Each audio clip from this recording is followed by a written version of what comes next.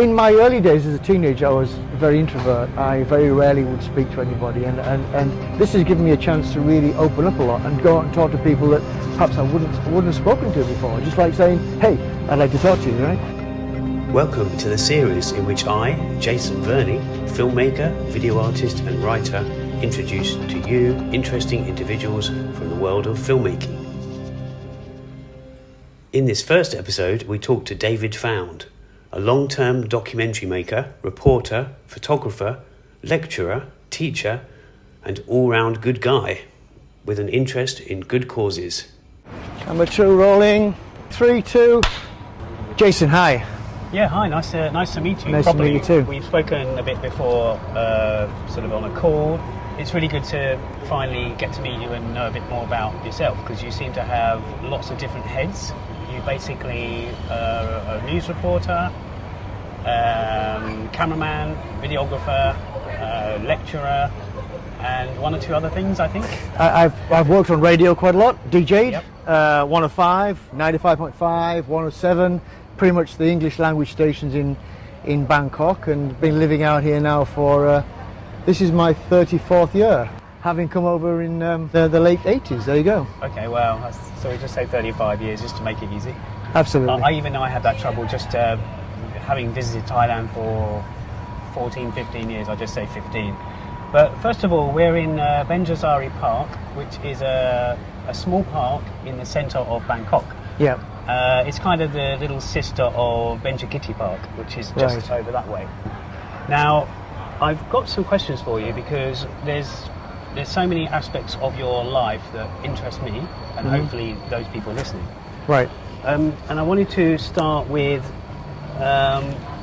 your first time in Asia, but in particular filming in Asia, because I know that you came to Asia, I think it was India first. Yeah, absolutely. But at some point you were immersed in the filming side and the news reporting side. Yes. So when did that all tie together? Well, back in the 80s, I worked in Norwich in newspapers and basically press photography.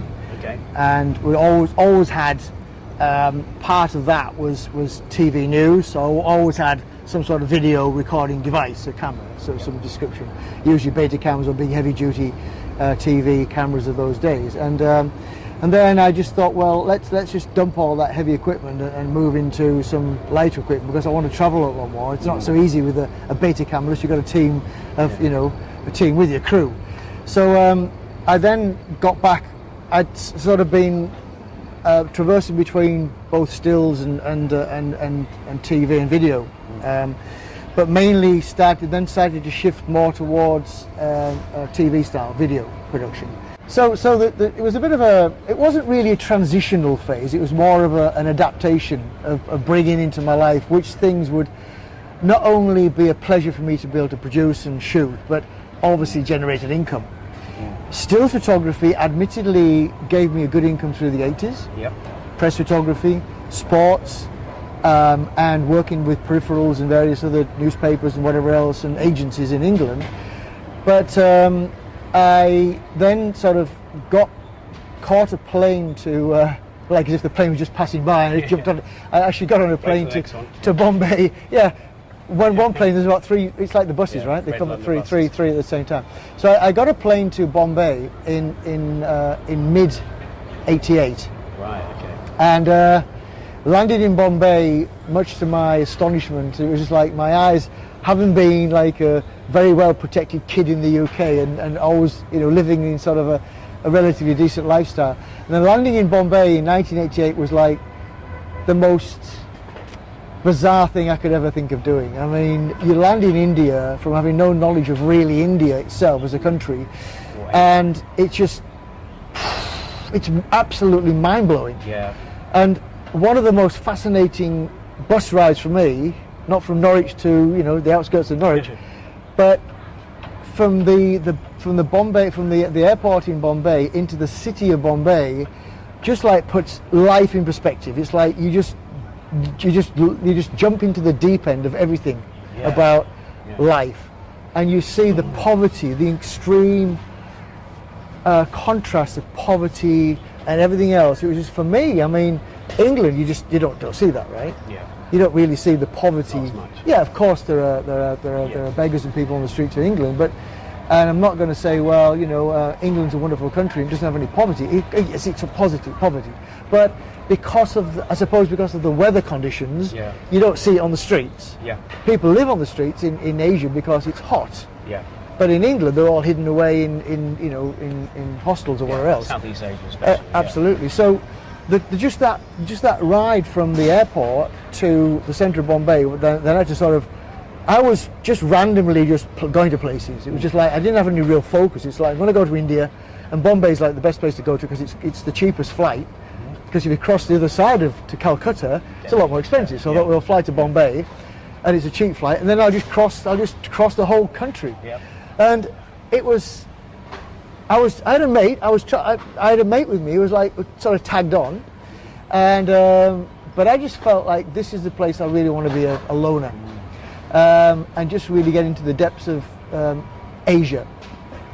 I feel that, yeah.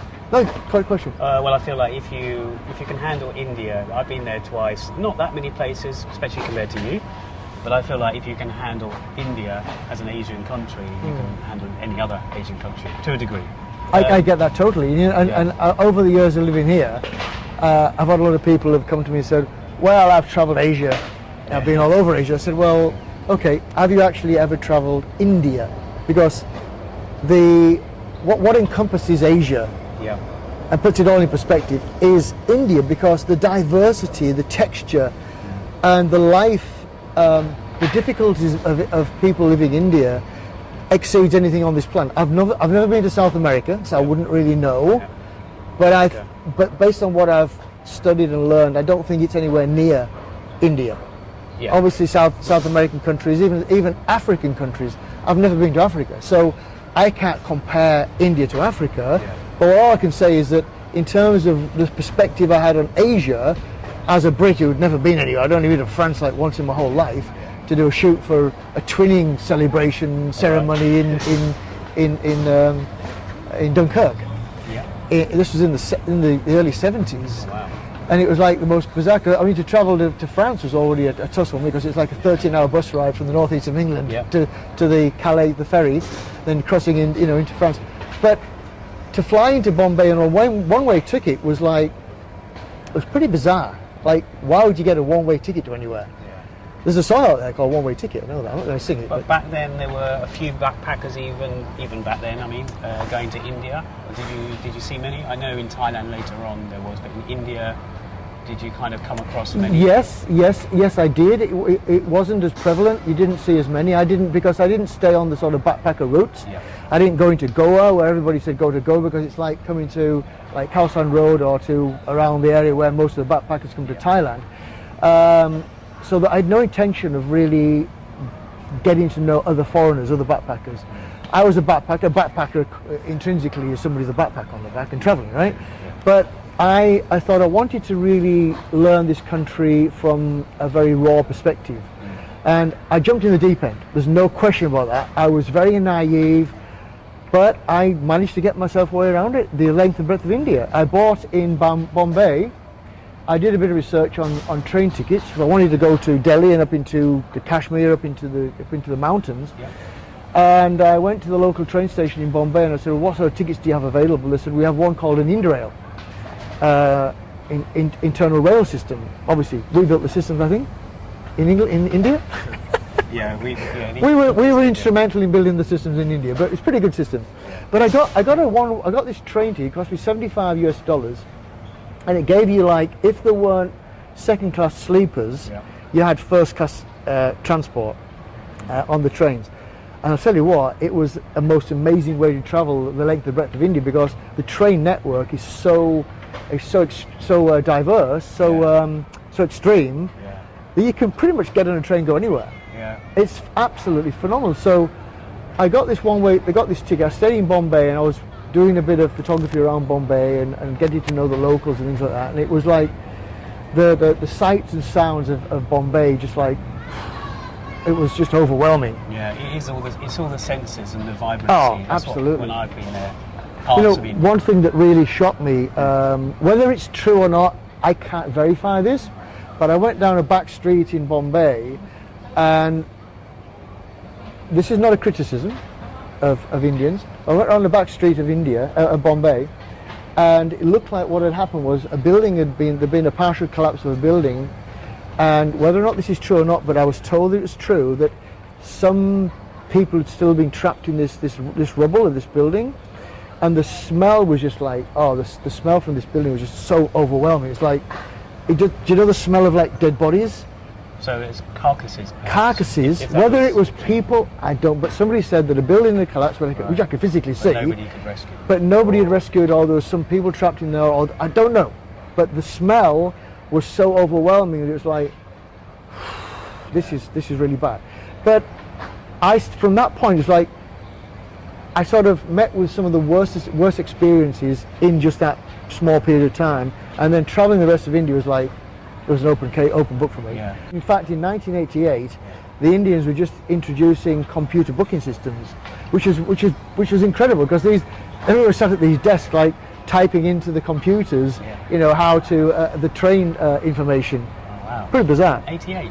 88. Wow. 88, yeah. So when you said about backpacking, were you also a different kind of backpacker in the fact that you had film equipment in your bag? I didn't have any. No film. Okay. No film. I had a couple of cameras, stills camera. I had no film equipment in those days, and my intention was to film life as a stills life, and just capture life in stills. Right. And I thought, well, it would be too cumbersome, because really to have a decent quality camera, a TV camera in those days would have been very prohibitive. Would have been pretty difficult. So I thought, well, let me cover India from a stills perspective, and then I started sending my stuff off to various agencies, which I won't mention the agency, but sending stuff off, and my stuff started to get used in various places. I thought, well, this is cool, and I was getting to know people. And I think the other thing was that I think the stills camera gave me access to places that perhaps I couldn't have got if I had a fairly big system. Yeah. The stills camera was more subtle, less in your face. They even say that these days, and we both know as being videographers, filmmakers, that if you're filming something, I work with fiction as well as factual stuff sometimes, but when you're working with fiction, if you put a boom mic somewhere, straight away you're suspicious. But if you've just got a handheld camera and you're using it as a video camera or stills, it's not necessarily questioned. So India was obviously amazing, I can tell that. Yeah. And it is amazing. And the trains are a great hidden secrets. People that just visit a certain part of India, and if you don't know the trains, when you find them, they're this hidden gem of transportation. You can see so much. Right. But I was going to say, then I know at some point you went from India to other Asian countries, and to name a few, you've been to Thailand, where we are, Burma, Cambodia. Some of these things we can't really mention that much because it was about journalistic stuff. But yes, I've travelled a lot. I've been through Indonesia, Jakarta, and Hong Kong, up into the sort of new territories of China, and explored a lot of places like that. Yeah. Cambodia. I've actually been across the Cambodian border, not fully legally, but I got across there to do a story. And there's a story there's a backstory to that being taken captive. That's a bit of a long story, but essentially that's the one I was thinking of. Yeah. Right. Okay. So I crossed borders from a journalistic perspective. Put it that way. Yep. And I travelled pretty much the length and breadth of Thailand. I just fell in love with Thai life, Thai land, and I picked up Thai language pretty quickly, which is quite surprising. And then I was, due to my NUJ, a National Union Journalist and International Federation Journalist membership, I got access to the refugee camps through the United Nations in 1989. Actually, December 88. But my intention was, I'd been studying the Cambodian War way back, and I was very interested in the whole Khmer Rouge story and the refugee side of it. And I decided to really cover it from the refugee perspective.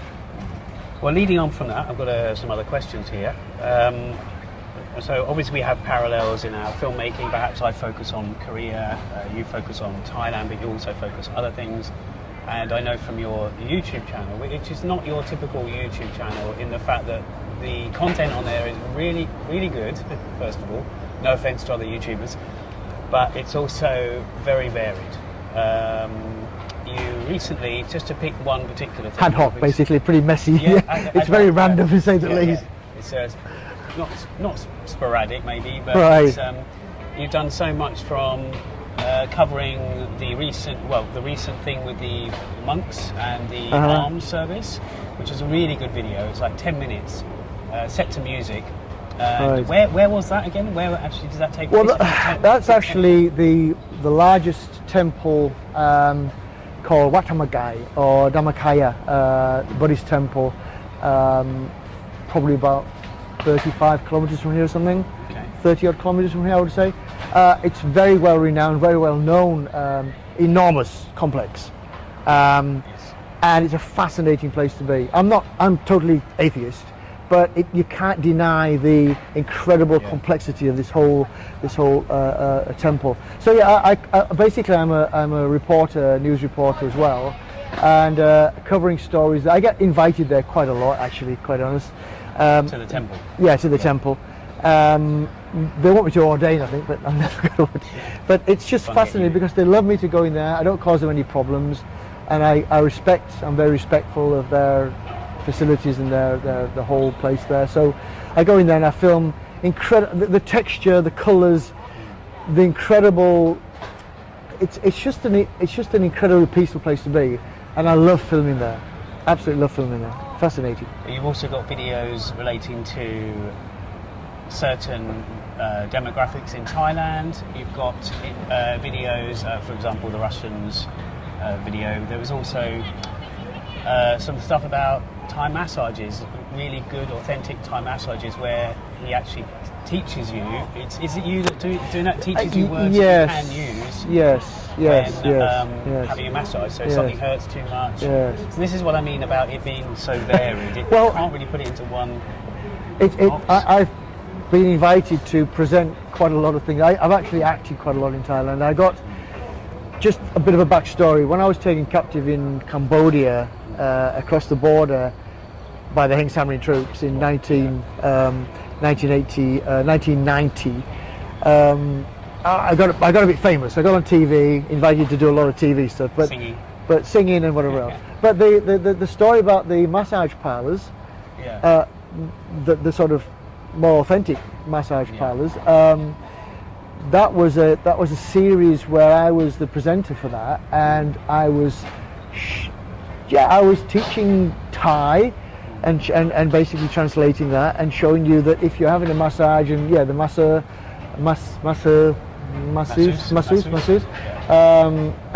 hurts you, then you tell you how to stop it. Jeb means hurt, right? Jib, that's the sort of thing. So interesting. Jib is something else. Jib. They sometimes jib. Jeb is when he hurts you. Oh, what? No, I've been teaching some other sort of language. We'll do a language lesson. But we'll do a language lesson after this. You've mentioned the Cambodia thing. It is a really long story, so we might be able to save that for another time. I do know a bit about this, so this is why I didn't want to press too much on that story.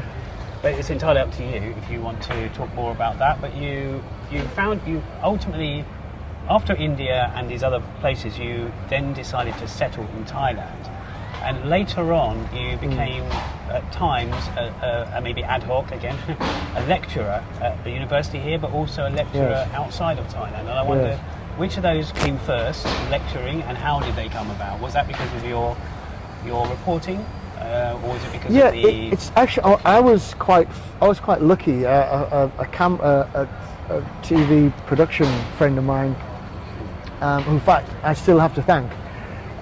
He sent me an email once saying that a certain international university, which I won't mention the name, but a certain well-known international university here with a similar name in America but with a different spelling, were looking for actually a studio technician. And I'm pretty good at all that kind of stuff, technical stuff. I've done a lot of electrical stuff and technical stuff and film production stuff. So I applied for the job, and I was quite surprised when I got the job. And it was really about building the faculty of communication art. because they didn't really have anything set up at this particular university. So I went in there and they said, well, what about lecturing for us? I said, yeah, cool.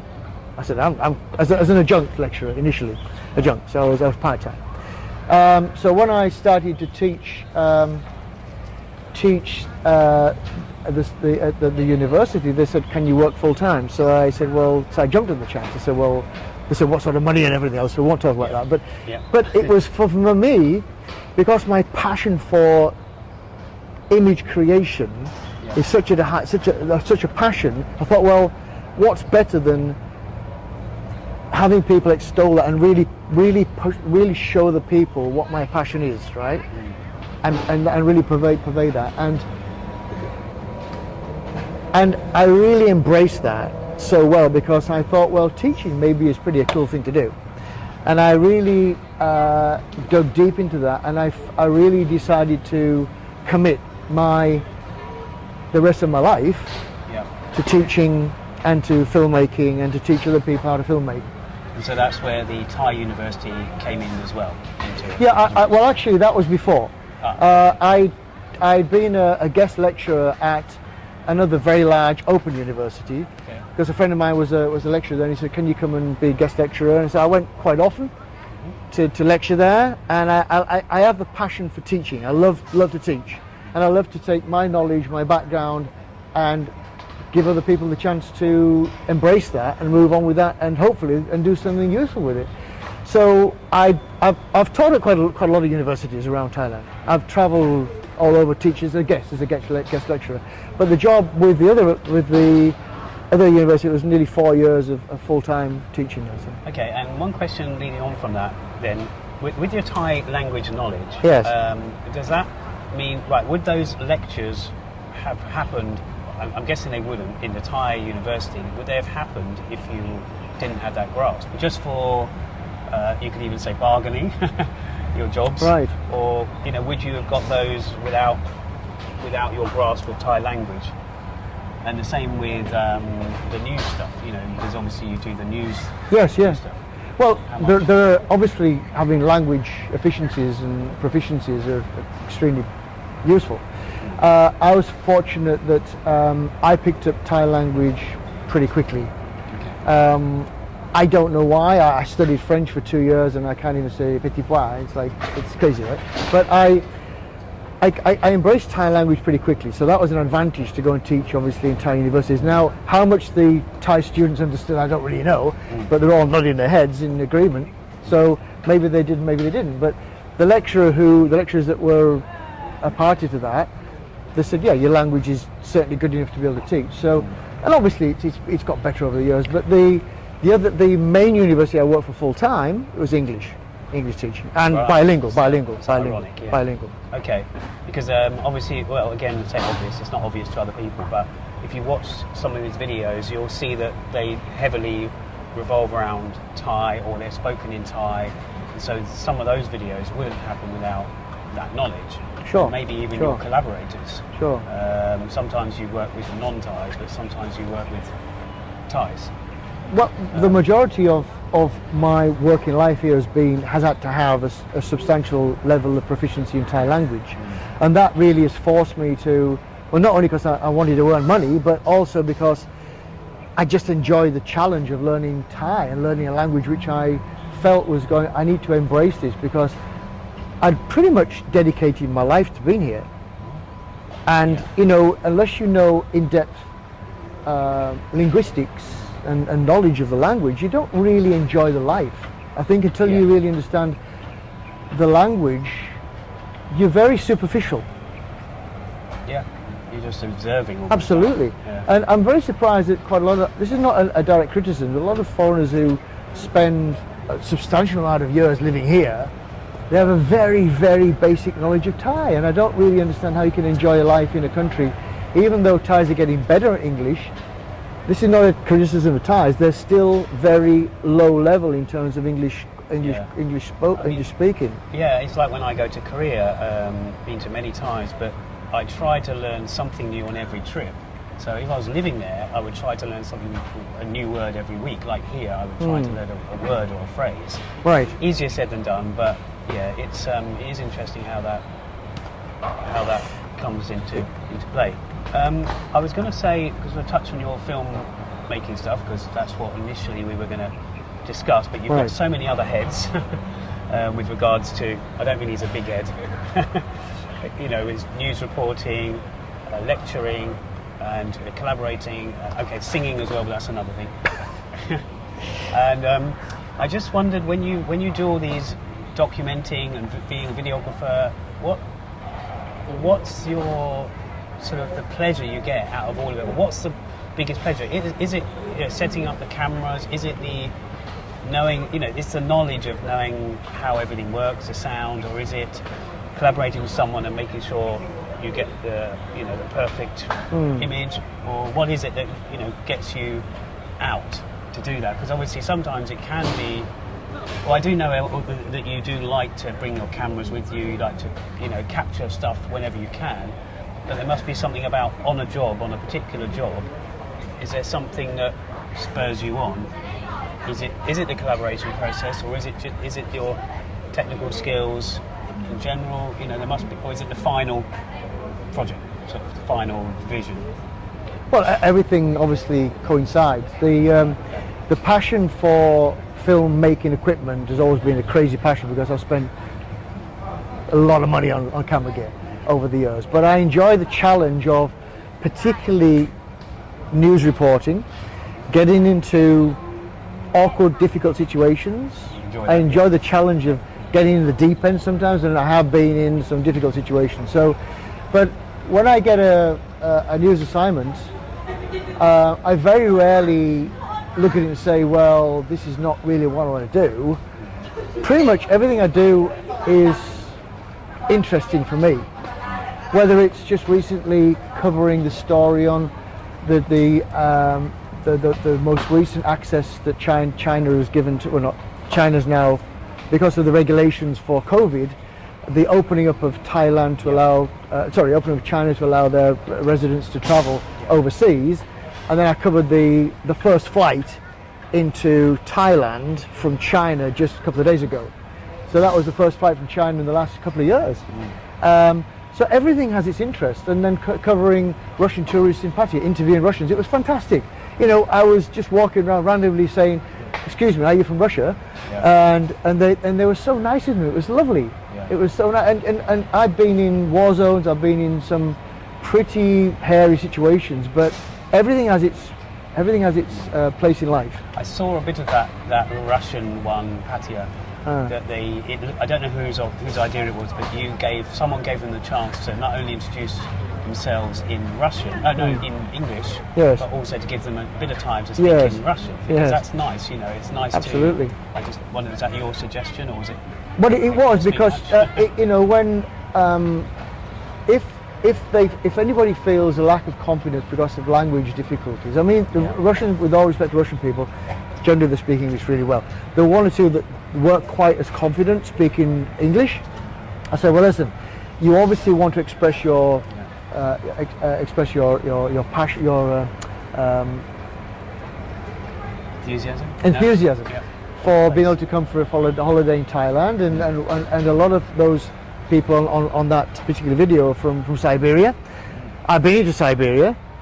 It's an incredibly harsh country, and it was quite interesting that they're coming towards the sort of peak of winter in Siberia. It's like minus 20 degrees in Siberia currently, and they're coming to Thailand. It's like 30 degrees, so it's a completely opposite end of the spectrum.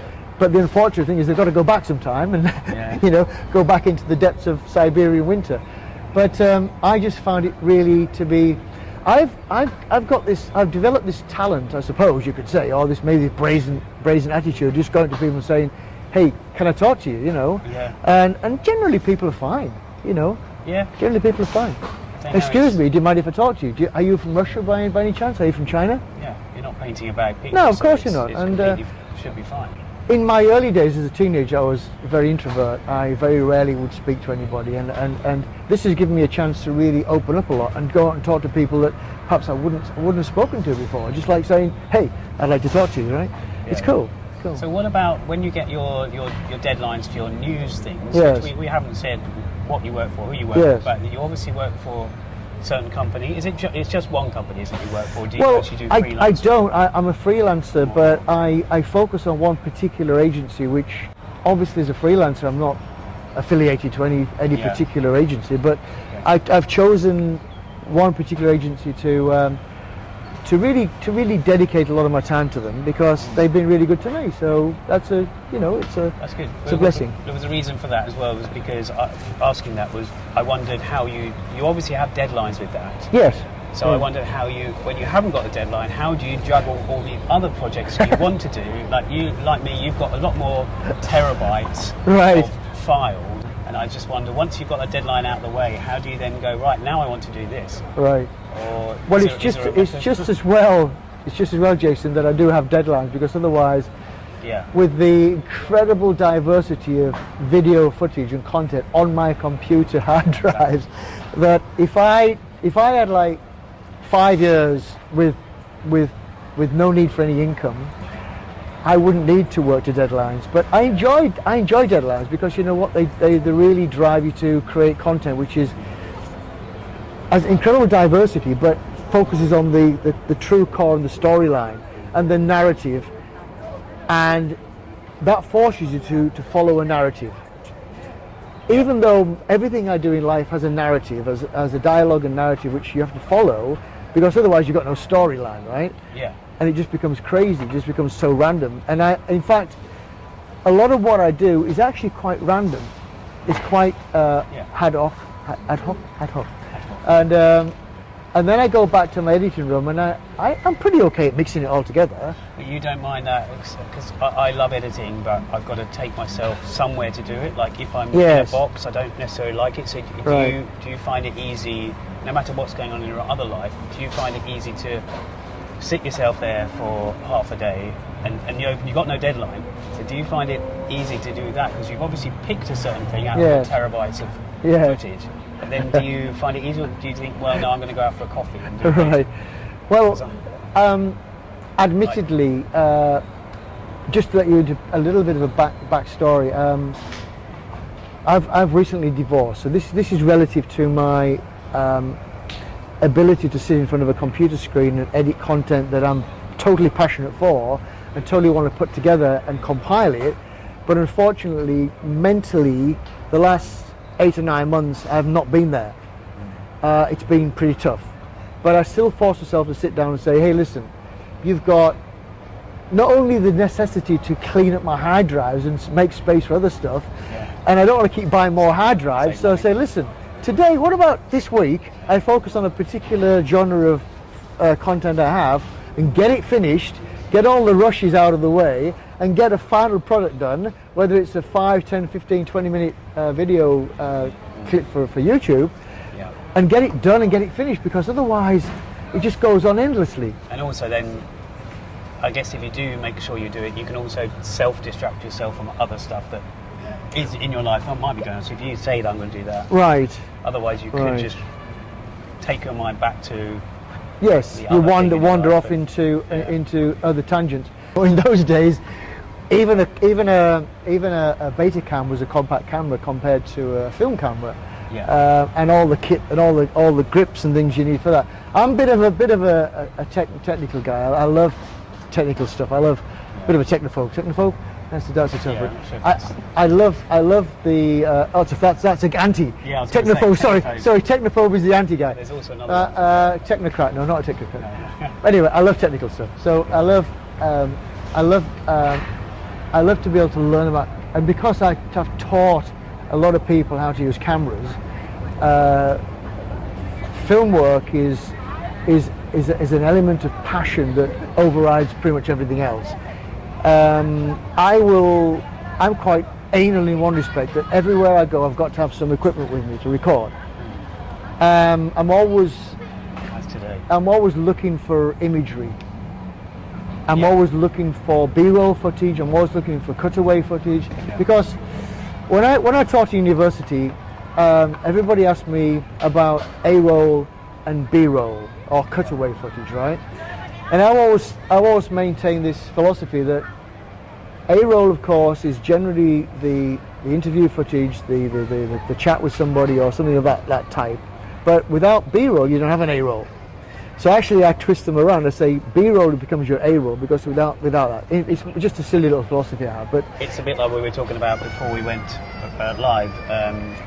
You can't have, it's the audio is just as much as absolutely the video. And a big effort to producing content is a big effort for audio quality.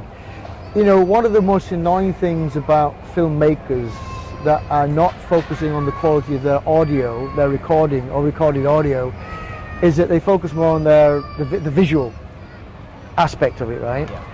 I get that, but if the audio is crappy, you soon turn off. If you've got some bit iffy video footage, you'll still, if the audio is good, particularly if you've got a nice backing track, a nice bed and a nice music bed to that, you'll generally follow that through, right? And you'll go through with it. Yep. So I really make a big effort to record high quality audio in pretty much everything I do. And then lighting is for me is my big passion, is light. Okay. Obviously photography, photons, light, photography. Yeah. Without that you've got nothing. Even to a point where recording in pretty dismal situations. Fortunately, my current camera, the Sony camera, records in pretty dismal situations, pretty nice level, quite quality footage. But try and avoid that. Yeah. Try to light things with decent light and give yourself decent footage, because you're making content not just for yourself. Hopefully somebody else will enjoy your content. Otherwise, So, being a videographer and cinematographer, I wondered, when you shoot, how much of what you shoot is based on being as a photographer? I don't know if that's something you could explain. I totally get that. Right. In university, I made a very clear distinction between stills and video, Right. and cinematography. Stills, of course, everything is based on image creation in a camera, Yeah. right? So framing, techniques of framing, is it different to video? I would say there are different techniques in terms of how you frame up something for video, particularly if you've got more than one camera. Generally, if you shoot stills, it's one camera shooting stills. There are very rarely you have more than one camera shooting stills, unless you're shooting where you've got automated cameras around a football stadium shooting football and you're all remotely shooting. But that's a different concept. Many years ago, which is quite fascinating for me, I forgot the name of a very famous, obviously not very famous enough, so I've forgotten his name, but I remember watching a documentary about a cricket photographer back in the 70s, and even then he had wired remotes, but that's because you could pre-focus maybe on the stumps. You could pre-focus. He had like 4 cameras remotely controlled. He was using one, and I'll try and dig that video out. But it's a fascinating subject, because this guy, even in those days, in my early days, this guy had remote cameras. Yeah, wow, that's going back Pre-focused, locked on various. Obviously, you've got fielders, positions of fielders, but when a ball's going towards a fielder, they're running. They're not staying still, right? Yeah. But generally, you've got the batsman playing in his crease, and so on and so forth. And this guy had some serious kit, and I was like fascinated, because I remember there was a program in English TV in those days, which was Camera Works or something, some photography teaching program, and sports photography was a passion, because I tell you what, if you can be a successful sports photographer, everything else comes pretty easy from that point onwards. Because in those days, in the 70s, when I was a football photographer, everything was manual focus. You've got to make sure that your left eye is following the action. Yeah. So, both eyes are open all the time. This eye is following action, because if you're not, you're going to lose where the ball is landing or being kicked from. So. And from a technical aspect as well, it's also one of the things that you film that's got the most movement. Absolutely. Than anything else in life. Probably. Absolutely. So if you can start life as a sports photographer, or even a sports cameraman, I mean, this day and age technology is far surpasses everything else on the planet. Yeah. But in terms of stills, I mean, I have a lot of respect for football photographers, because it's action I mean, it's a flash second action. Yeah. And you've got to catch it, otherwise you're not going to make any money, Yeah, right? I get it, yeah. And I struggled in the early days. I struggled with that because you talk about big, heavy cameras, Nikon F3s, motor drives, 300mm, 600mm lenses. You're talking about heavy cameras, and you've got to crank up that focus. And if you're not on the spot, I mean, I've got a lot of respect for those people. Really have. You know. So I can't really bring this interview to a close without just speaking about some of your film projects. Are social issues, or what's the word that they use? Not justice, social justice, social commentary films about certain things that are happening in the world or happening in Asia. But as well as that, you've started this other thing called Travelability. Absolutely. I just wondered if you could maybe just sum up briefly what that is. Well, I was looking for content back early in 2022. I was looking for some content, and I'd seen a program on local Thai TV about a double below amputee prosthetics. A guy called Gareth Lewis Payne, guy from London. So I did a bit of research and I found him. I got contact details, and I made contact with Gareth back in February last year, and he was quite abrupt. I can understand, because he'd like a lot of media attention, a lot of programs wanted to focus on this amputee, this invalid person, disabled person, and he was a little bit off with me, which I totally understood. And I said, listen, okay, that's fine. And then I said, listen, just take my number. And he said, hey, whoa. He said, are you British? I said, yeah. He said, okay, I'll get back to you when I feel it's the right time. So 2 weeks later, he called me. He said, okay, what would you like to do? I said, I'd like to film you. I'd like to do a program on you for you to inspire other disabled, other less fortunate people. And he said, okay, let's do it. So we did a few things together. We went traveling a bit. We did a few shows, because he's a paramotor pilot, PPG pilot. Okay. He's going for his other license and things. He said, this is what I do. I like to fly. And I said, cool. So I went with him on a few of his things. We went to like the islands and stuff, and then I got to know him, and then he said, listen, why don't we do a series? This is his idea, not my idea. Why don't we do a series called Travelability, the ability for disabled people to travel? And it's not something that's that well known. A lot of programs about disabled people traveling around the world, and Thailand's not particularly accustomed to providing the right sort of things for disabled people. He said, why don't we start doing that and try to not push, but try to advise various hotels and various places that it might be a good idea if they make it more convenient for disabled people.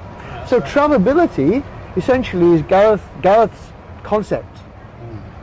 And I was filming it with him, did the stories together, put the story together, and I think it's a really good series. Not because I shoot it, but I think it's just really pretty cool. I've seen some of it, some of one of the episodes, because there's a lot of stuff that I had to look at. Well, there's certainly 7 episodes on YouTube, Travelability. But what I say is, because Travelability obviously is the two words together, travel and ability, yes. But it could be seen as, the way I thought about it is, it could be seen as travel and visibility to the people. Okay. Who've got giving them a vision, giving them the absolutely, and inspiring. What it is, but inspiring. It could be also, inspiring as well. Because these things don't get the people don't notice. There's not enough attention toward it. Right, I totally get that. They get kind of blinded from society. Well, it's too easy to forget, forget people that are less fortunate than ourselves, and when we walk around, it's common. It's just second nature for us to walk around, climb up steps, but it's not for people who are disabled. And there aren't that many places that embrace the fact that it might be better to offer some better facilities for less fortunate people, disabled people around the world. And there's a lot now on a lot of Facebook groups. There's a lot of amputee groups and stuff like that. And it's really cool. And so we're trying to show them that yes, there are efforts being made by local, let's say in council organisations and local authorities where they're actually starting to say, hey, yeah, let's help out less fortunate people. That it's not so natural for them to be able to walk up difficult areas. So I think it could lead to, hopefully it could lead to better development of local communities and things in that respect. That's really good. Yeah.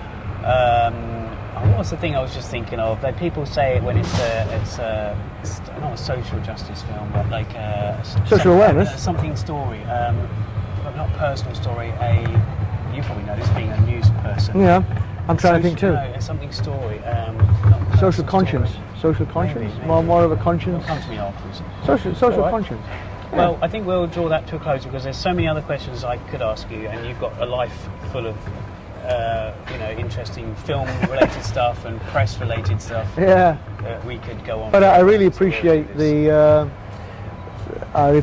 questions today. I really appreciate the chance to be able to give my part of my story. And it's been really good for me as well. Yeah, I feel privileged really to be able to get to know Jason because same life. it's life is like that. There's all these intermangles and people getting to know each other by different associations and things. Thanks. And we should say that also one of our mutual friends, Tida, she's put us in touch with one another. She's a very proactive filmmaker as well, who does stuff for good causes. I love her content. Absolutely fantastic. She doesn't fascinating.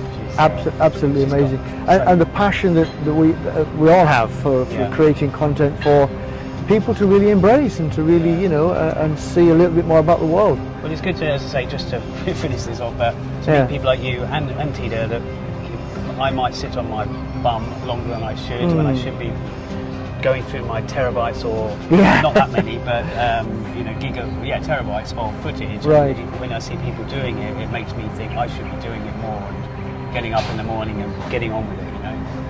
Well, we'll see about that, but hopefully. Yeah, I do. Once I start to create content, to compile and composite and compile and put stuff together, it's okay. There's a bit of a flow rate there. Yeah, once you get into it. Absolutely. It's just that.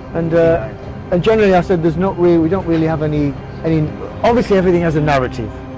Yeah. If you don't have a narrative, you really have nothing to work to. The narrative is a start to finish. Yeah. Where do you want to end up? Where do you want to start?